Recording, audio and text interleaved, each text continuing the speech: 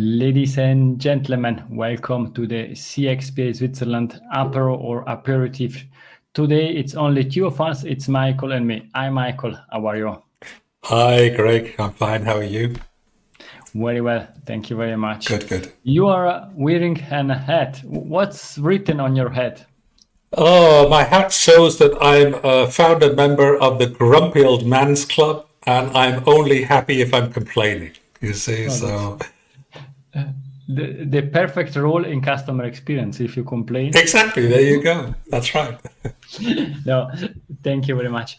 I was thinking today to speak a bit about employee experience. You have an extensive experience also Sure. in a corporate world, but also as a solopreneur, and then in collaboration also with Lexton.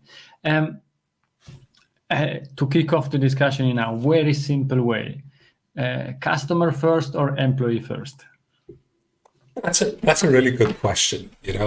I remember there was I think it was Virgin Atlantic or Northwest Airlines. It was an airline that made a big advertisement and said, we put our employees first, because if we put our employees first, they'll look after you. Not absolutely sure about that. I think in many cases it works, but I think, we still have to look for the customer. We have to look after staff, but we have to have the customer focus. We discussed this topic also with my former employer, and then we came to the point that yes, we can say employee first, but then we changed that to engaged employee drives to satisfied customer. Because if your employees are not engaged, are not happy, they are not delivering. And it's not only about contact center, it's not only about marketing, but it's also the guy working in the controlling department or the guy working in the risk department that are trying to keep in mind what they're doing, and they need to deliver in order to enable all the other people there. Absolutely. Perhaps, do you have some... Sorry, go for it. No, I was going to say, I saw quite a while back. It was a study by a gentleman who's does a lot about NPS actually. I forgot, he's called Maurice, but I've forgotten his second name. Anyway, he did a study several years ago, and he showed that there was no correlation between employee satisfaction and customer satisfaction. But then a few years later, he published an update. He said, actually, that was wrong.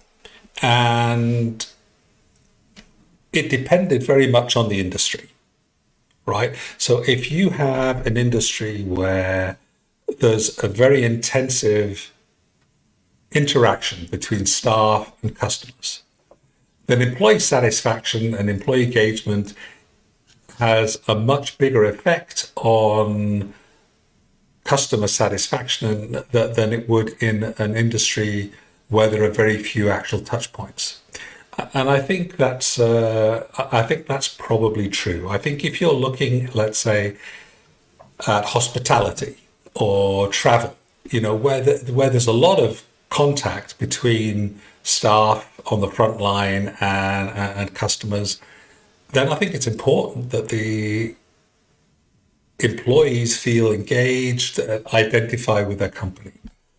But if you were going to look at one of the companies which is often cited as one of the great examples for customer experience, which is Amazon, right?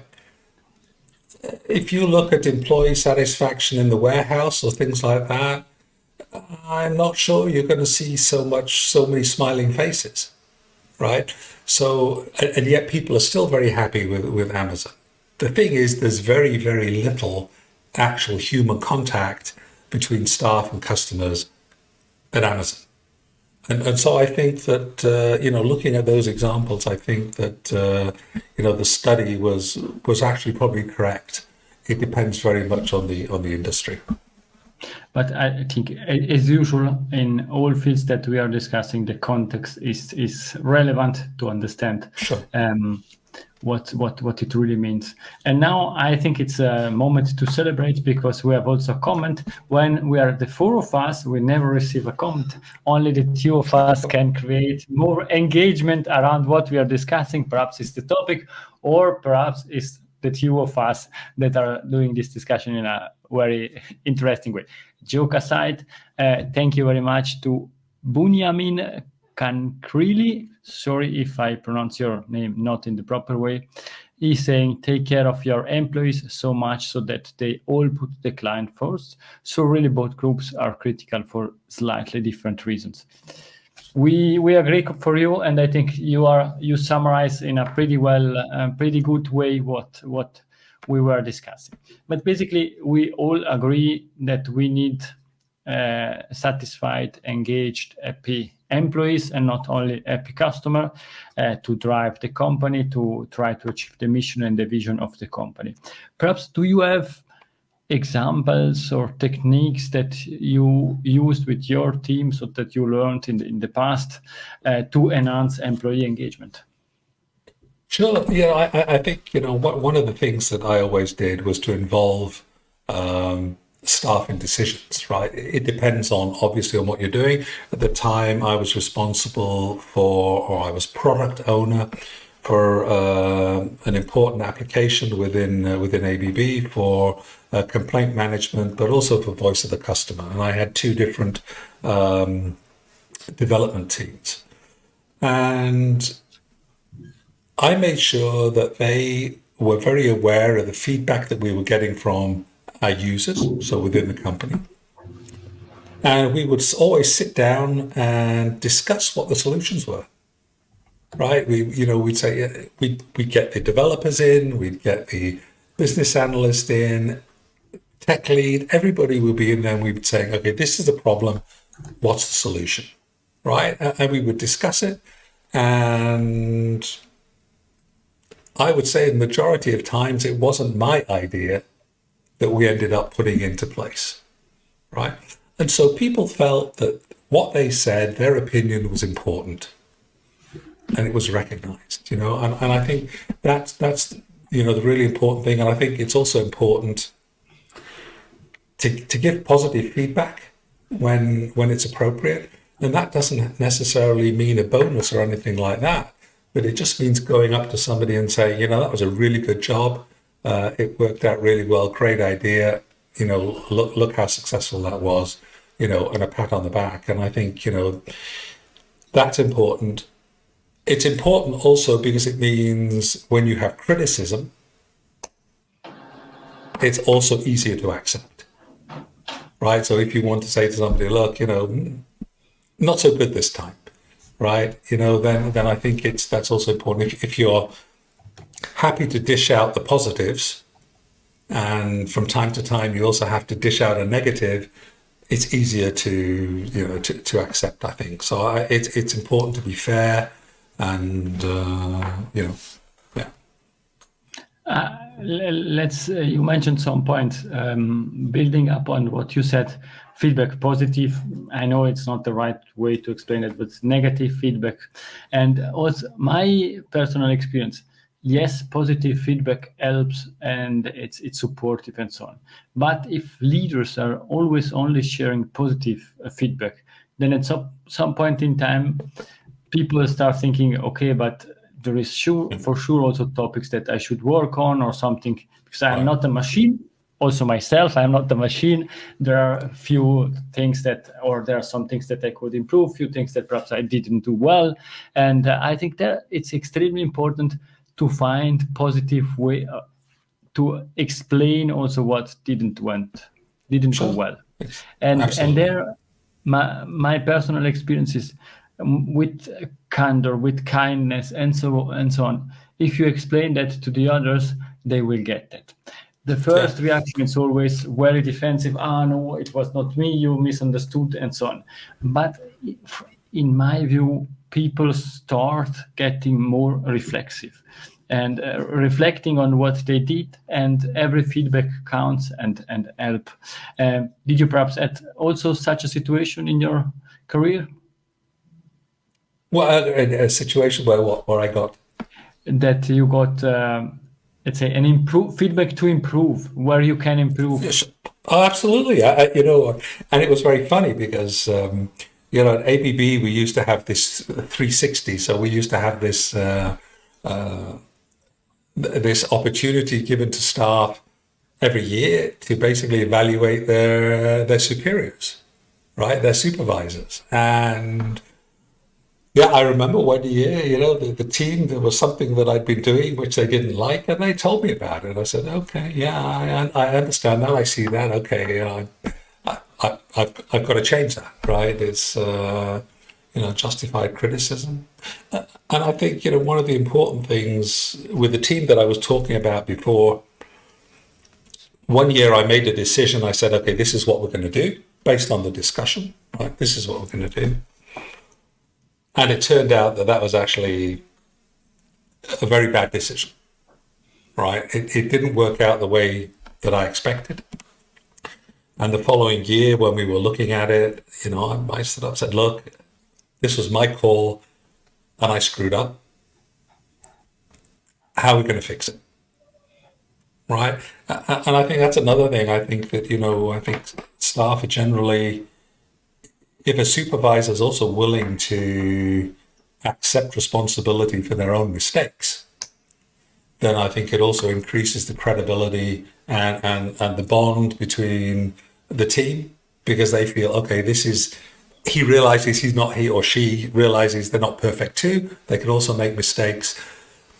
And I think that's important. It increases the trust level. So Yes.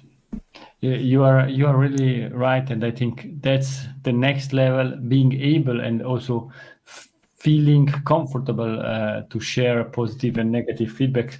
It's the next level, because it's always easy to say thank you, you did a great job, but also helping others to grow, it's part of leadership task, and it's important to continue. Perhaps we spoke a lot about internal topics, feedback involving staff in the decisioning process. Another thing that it's, how is it possible? How can we maintain our employees, our co-workers motivated to work in a company? And here I'm also trying to relate a bit more to, I don't know, in the old-fashioned way is work-life balance, but I think in the meantime it's more work-life integration or something like that. yeah. What's your view? I think that when you're dealing with staff, I think it's we can use to a certain extent the same principles that we use for customers, right? We need to find, just like we need to find out what are the requirements, what are the needs our customers have, we need to find out from our staff what their needs and requirements are, right? Because not everybody ticks the same way.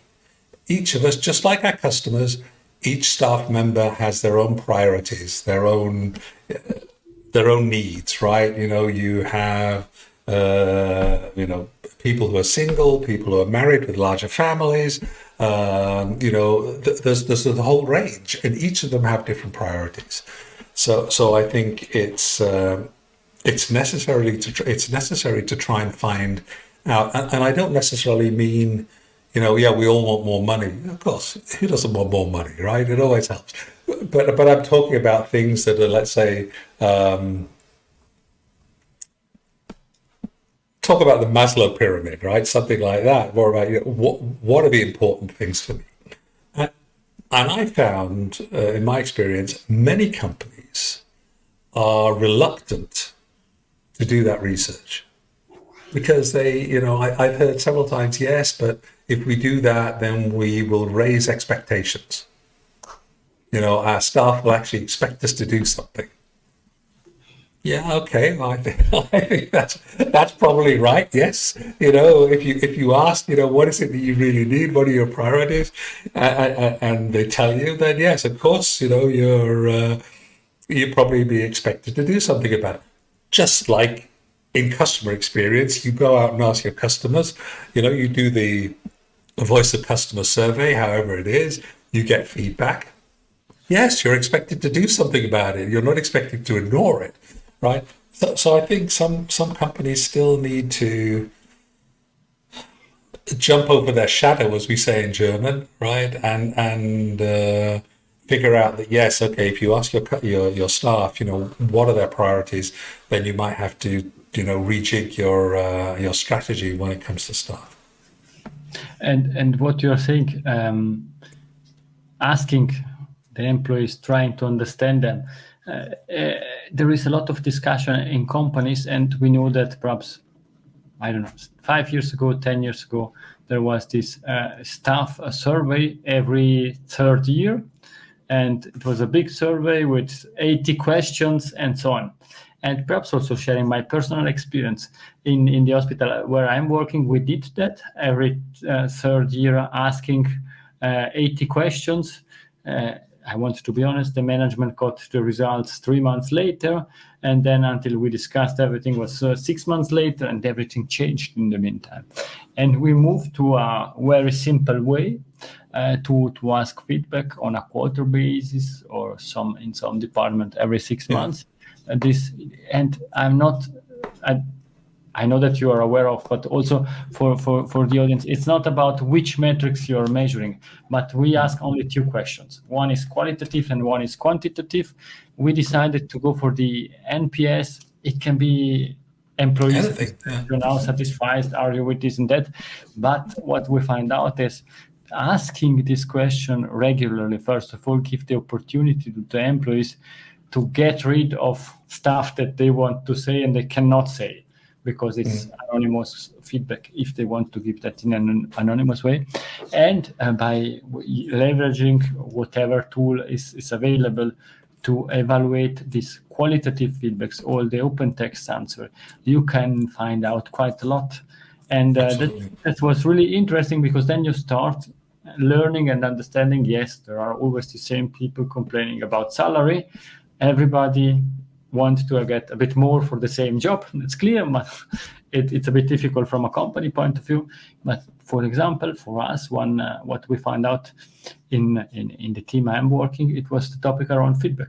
We are giving us only positive feedback, and therefore we had a discussion with our colleagues about how can we discuss also about improvement in a positive way, in a way that it's really improving the quality of the work, and not to your point saying you are bad and you did this and that wrong. And this is incredible. And based also on all this feedback, at some point in time you start also feeling that it's not anymore the old-fashioned way of doing business. I pay you a salary and therefore you need to work. But what people really like is flexibility. They have the flexibility, the opportunity, as you said at the beginning, to be part of this decisioning process, but not taking the most strategic decision, but also sharing ideas how to implement, how to solve customer issues, internal issues. And I think this is very nice. And I know that you're an expert in this topic. We also started creating employee journeys. And we found out some interesting stuff. Perhaps, do you have also an example about that? Not necessarily employee journeys directly, but I was really impressed during my time at ABB that we had an NPS survey, which for our customers, but it was the HR department first that came to me and said, we'd like to do an internal NPS. And I was like, okay, what about? It's a staff survey? No, we don't want to do a staff survey. But what we want to do a survey on HR processes, which are also, let's face it, HR processes are also really important when it comes to staff satisfaction. If you're talking about payroll, for instance, is probably the most important one, right? And we said, okay, fine. And, there were various touch points that the users could comment on and give verbatim feedback. And the first year, the results were shocking, right? I think it was an NPS score of something like -30, right? And the HR department, they were suffering from shock. But they got their act together really quickly. They put out a communication acknowledging the problems, and they put out a list of things they were going to fix, and they did. And the following year, the result was higher. It was better. And the comments were better. And within 4 years, they had gone from -30 to something like +40. And they had done so much for their own reputation within the company. These processes that they hadn't really realized were not working that well, or they hadn't seen the extent.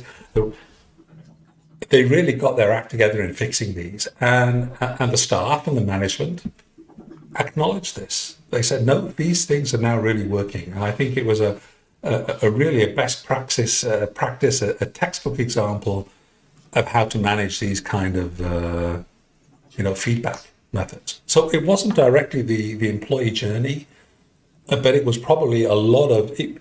Let's say it wasn't consciously done along the employee journey, but it covered a lot of points along the employee journey, and so led to a significant improvement.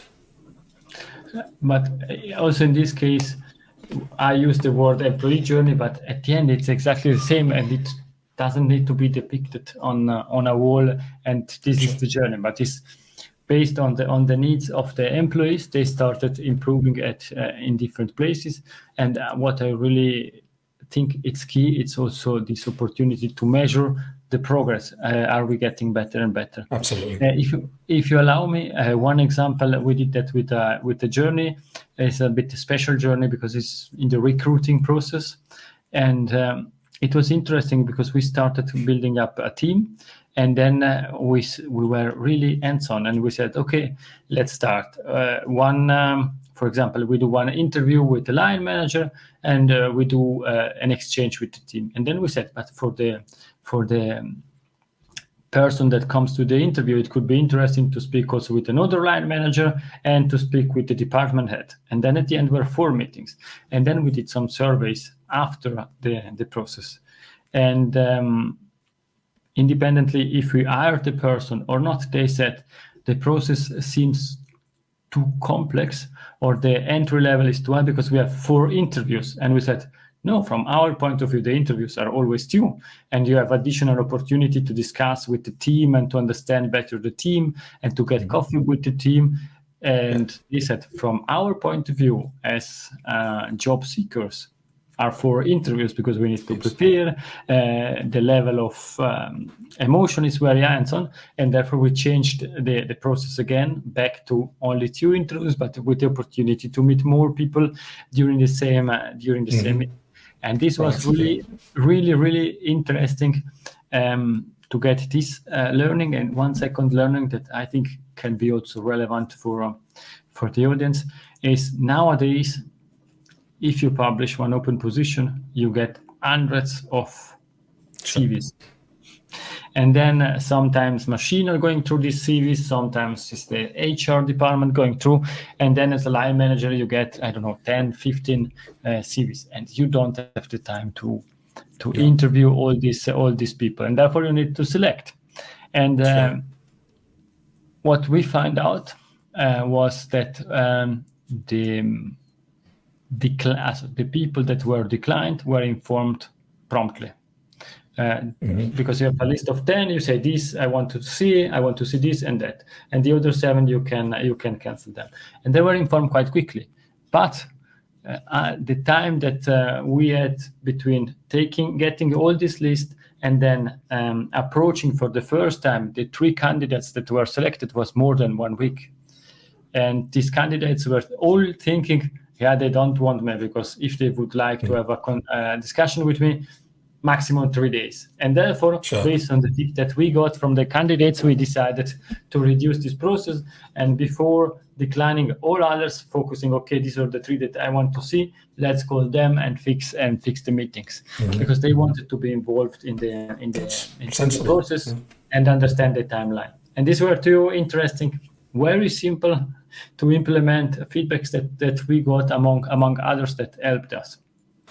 Sure. No, perhaps that's good.